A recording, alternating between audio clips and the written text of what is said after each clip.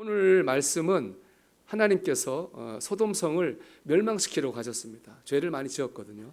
근데 아브라함이 그 하나님을 막아섭니다. 심판을 멈추어 달라 그렇게 하나님께 말하고 있습니다. 아브라함이 내세우는 논리는 정의입니다.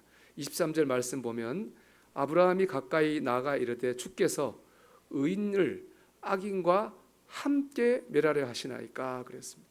그렇습니다. 하나님께서 소돔성을 심판하시려고 하는 것은 그 성과 그 성에 사는 사람들이 악하기 때문에 그렇습니다. 근데 혹시라도 그 성에 의로운 사람이 있으면 같이 멸망하면 의인 입장에서는 억울한 일 아니겠어요? 그래서 하나님 의인을 위해서 소돔성의 심판을 멈춰 주십시오 그렇게 얘기합니다. 그래서 말하기 그냥 뭐 몇 명 인원은 돼야 되니까 그 성을 다 심판을 멈추게 하려면 의인 50명만 있으면 소돔성을 향한 심판을 멈춰 주십시오 그렇게 하나님께 말을 합니다. 하나님께서 그렇게 하시겠다고 그랬어요. 이제 우리가 오늘 읽은 말씀 26절까지인데요. 근데 그 밑에 보면 아브라함이 하나님과 거래를 시도해요. 의인 숫자가 자꾸 줄어들어요.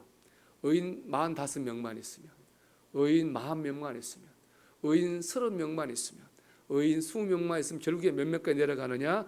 의인 10명만 있으면 소돔성을 살려주십시오 그렇게 얘기를 해요. 근데 놀랍게 하나님께서 다 들어줘요. 그러라고 그래요. 이 본문을 묵상하면 이런 생각, 의문이 들었어요. 하나님의 진짜 본심은 뭘까요? 소돔성을 심판하시겠다는 거예요? 안 하시겠다는 거예요? 여러분 생각 어떻습니까? 하나님 본심 뭐 같아요? 소돔을 심판하시겠다는 거예요? 살리시겠다는 거예요? 살리시겠다는 거죠. 하나님은 아마 아브라함이 의인 한 명만 있어도 살려주겠습니까? 살려줬을 것 같아요. 하나님은 소돔성에 있는 사람들을 심판하기를 원하시는 분이 아니라 소돔성과 소돔성에 있는 사람들을 살리기를 원하시는 분입니다. 우리 요한복음 6장 39절 말씀 같이 한번 읽어볼까요? 나를 보내신 이의 뜻은 내게 주신 자 중에 내가 하나도 잃어버리지 아니하고 마지막 날에 다시 살리는 이것이니라. 아멘. 그렇습니다. 하나님은요 마지막 한 영혼까지 살리시는 것이 하나님의 뜻이고 하나님의 의지입니다. 하나님은 아무리 악한 자라도 살리기를 원하셔요. 이것이 우리가 오늘 나누고 붙들어야 될 하나님의 모습입니다.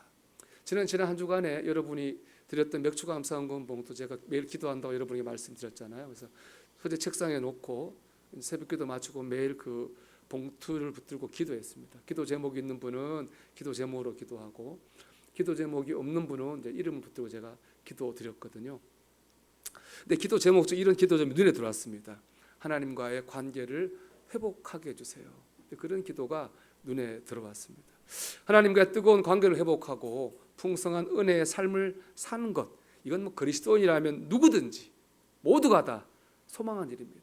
시편 51편은 다윗도 구원의 기쁨을 회복시켜 주세요 그렇게 기도했거든요. 다윗도 원했던 거, 우리 모두가 원하는 거죠. 시편을 보면요, 이 구원의 기쁨을 사냥꾼의 덫에 잡혔던 짐승이 풀려나는 것으로 표현하고 있어요.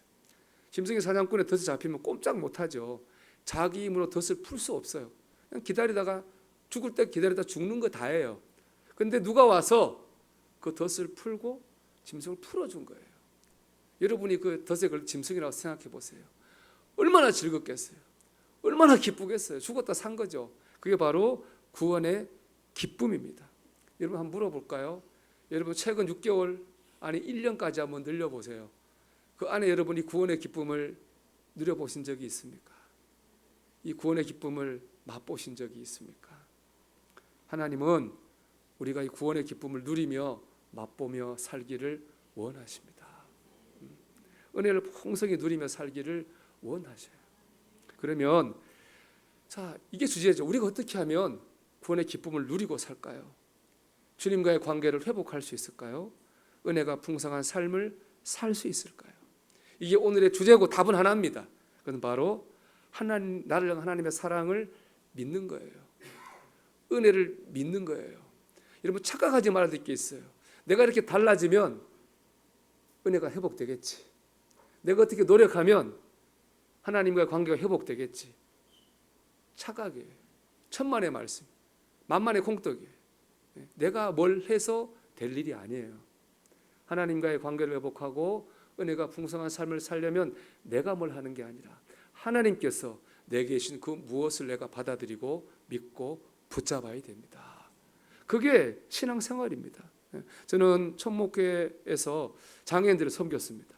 장애인들을 모시고 이제 한 달에 한 번씩 많은 분들 목욕도 시켜드리고 집에 도배도 해주고 노인분들의 도시락도 일주일에 3번 가져다 드리고 좋은 일을 많이 했습니다. 세상 사람들이 보기에 저는 의로운 의인이었겠죠. 하지만 집으로 돌아와 일상의 삶을 살 때면 저는 죄인이었어요. 물론 제가 강도질을 하거나 도둑질을 한 것은 아닙니다. 마음의 죄죠. 남보다 높아지고 싶었고 인정받고 싶었어요. 남들이 잘 되는 거 보면은 마음이 좋지만 않았어요. 큰 교회 목사가 되고 싶었고 교인들에게 섬김받는 목사님 보면 부럽기도 했어요. 왜냐하면 제가 있던 교회 교인들은 대부분 다 제가 섬겨줘야 될 그런 사람들이었거든요.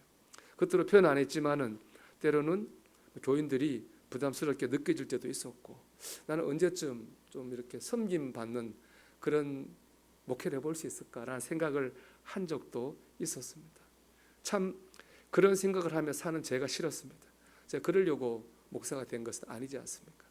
그런 제 자신을 바라보면서 다른 사람은 다 구원을 받아도 나는 구원 받을 수 없을까라고 생각을 했습니다.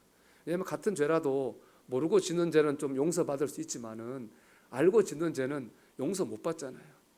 저는 그때 전도사고 목사였으니까 적어도 그런 마음을 가지고 이중적으로 사는 것은 죄라고 하는 것은 알 수 있었거든요. 그때 지나고 보면 그때 제게는 영적 평안이나 구원의 기쁨은 없었던 것 같아요. 그저 일이 잘 됐을 때 누리는 잠깐의 성취감이 있었고요. 다른 사람 도울 때 느끼는 보람도 좀 있었고요. 내가 딴 사람보다 좀 낫게 산다 그런 자기 만족감도 있었어요. 그런 기쁨은 있었는데 영적 기쁨은 아니었던 것 같아요. 여러분이 누리는 기쁨도 그런 거 많을 거예요. 여러분 상황이 좋아지면 누리는 기쁨이 있겠죠. 여러분이 뭔가 신앙생활 열심히 해서 나 좀 열심히 하네. 그때 누리는 아마 자기 만족감이 있었을지도 몰라요. 그러나 그것이 하나님이 말씀하시는 기쁨은 아닌 거예요. 영적 기쁨은 아닌 거예요. 저는 두 번째 사역지인 충주에서 하나님의 은혜에 대해 공부를 하면서 하나님의 은혜를 깨달았어요. 제가 깨달은 하나님의 은혜의 핵심은요, 하나님은 제가 뭘 해서 사랑하시는 분이 아니라는 거예요. 하나님은 그냥 저를 사랑하세요.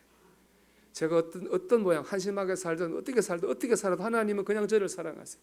우리가 아까 본 요한복음 6장 39절의 말씀처럼 저를 사랑하시고 저를 구원하시는 게 하나님의 뜻이에요. 의지예요.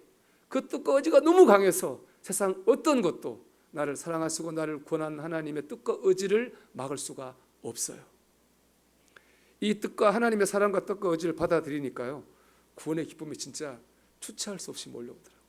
그날 저는 내가 오늘 죽어도 천국에 가겠구나 확신을 가졌습니다. 그때부터 지금까지 저는 그런 확신 가운데 살고 있습니다. 하나님의 은혜를 깨닫고 은혜라는 관점에서 성경을 한번 다시 읽어봤어요. 구약부터 신약을 쭉 읽으면서 또 깨달았어요. 이 성경이라고 하는 책은 다 하나님의 은혜에 대해서 말씀하고 책이구나 라고 하는 걸 깨달았습니다.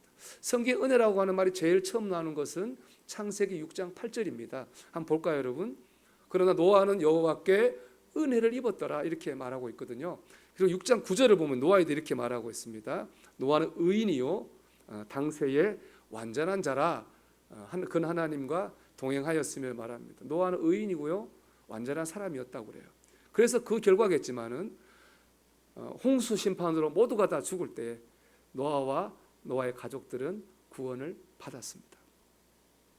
자, 그런데 여러분, 노아가 의인이다, 완전하다, 누가 한 말입니까? 노아의 부모가 한 말입니까? 노아의 친구가 한 말입니까? 노아의 자녀가 했나요? 노아가 스스로 했나요? 아니요. 오직 성경이 말씀한 거예요. 즉 하나님이 말씀한 거예요. 어느 누구도 의롭다 하지 않았는데 하나님만 노아 의롭다고 그랬어요.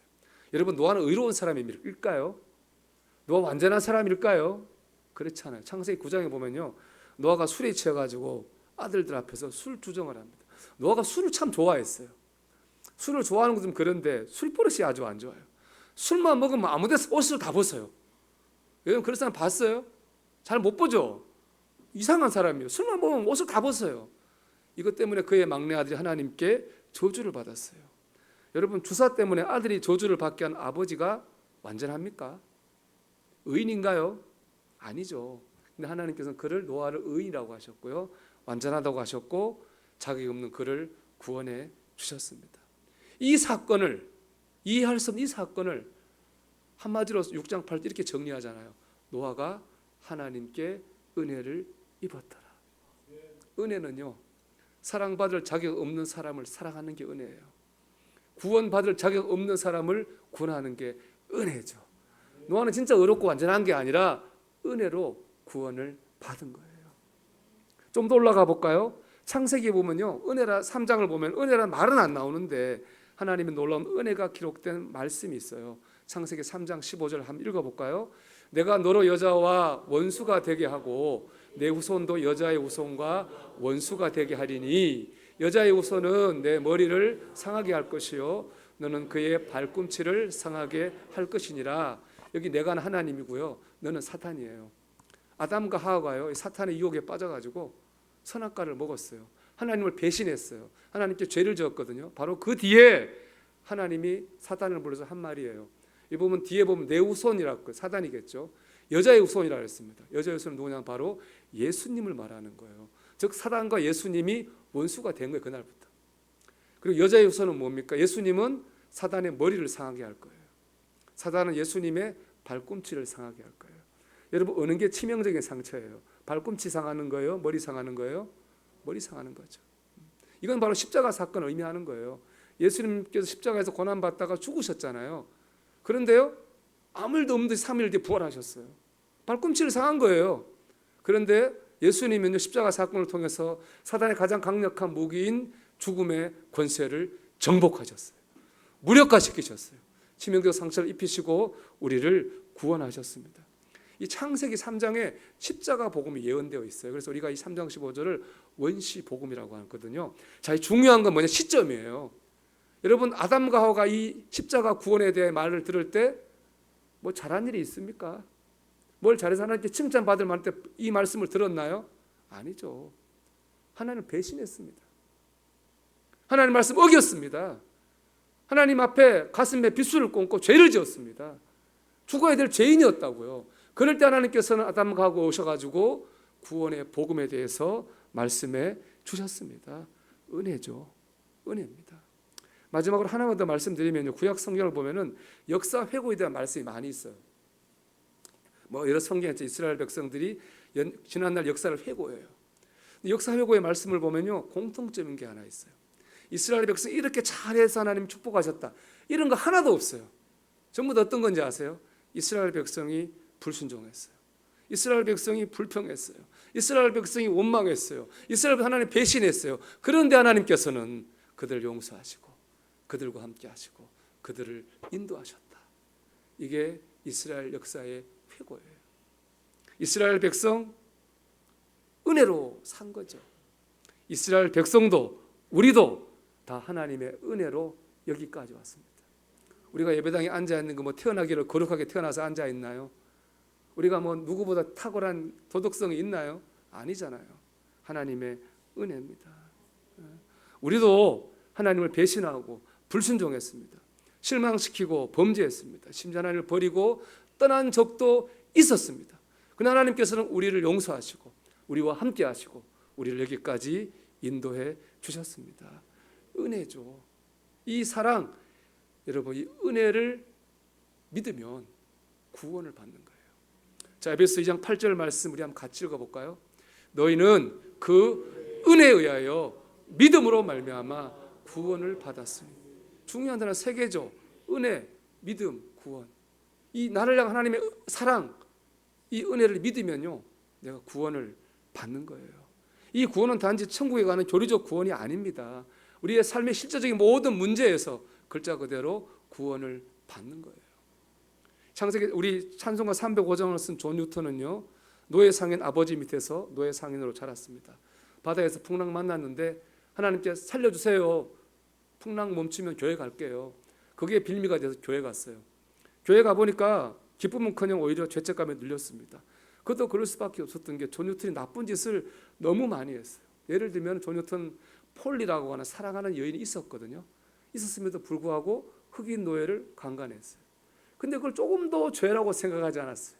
이 말은 흑인을요 사람으로 안 여겼다는 얘기예요. 흑인은 사람이 아닌 거예요. 흑인을 때리기도 하고 심지어 죽이기까지 했어요. 그걸 깨달은 다음 그는 세상에 다른 사람만큼은 다 용서받고 구원받아도 나는 못 받아, 그런 생각으로 살았거든요. 그런 그가 구원을 경험합니다. 제가 지금까지 말씀드린 이 하나님의 은혜를 깨달았기 때문입니다. 그가 감격이 이렇게 찬송할 수밖에 없는 거예요. 나 같은 죄인 살리신 주 은혜 놀라와 잃었던 생명 찾았고 광명을 얻었네.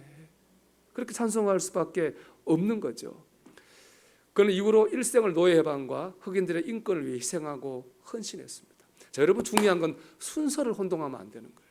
존 뉴턴이 흑인을 위해서 노예를 위해서 희생하고 헌신해서 은혜를 경험한 게 아니에요. 하나님의 사랑, 은혜를 경험한다.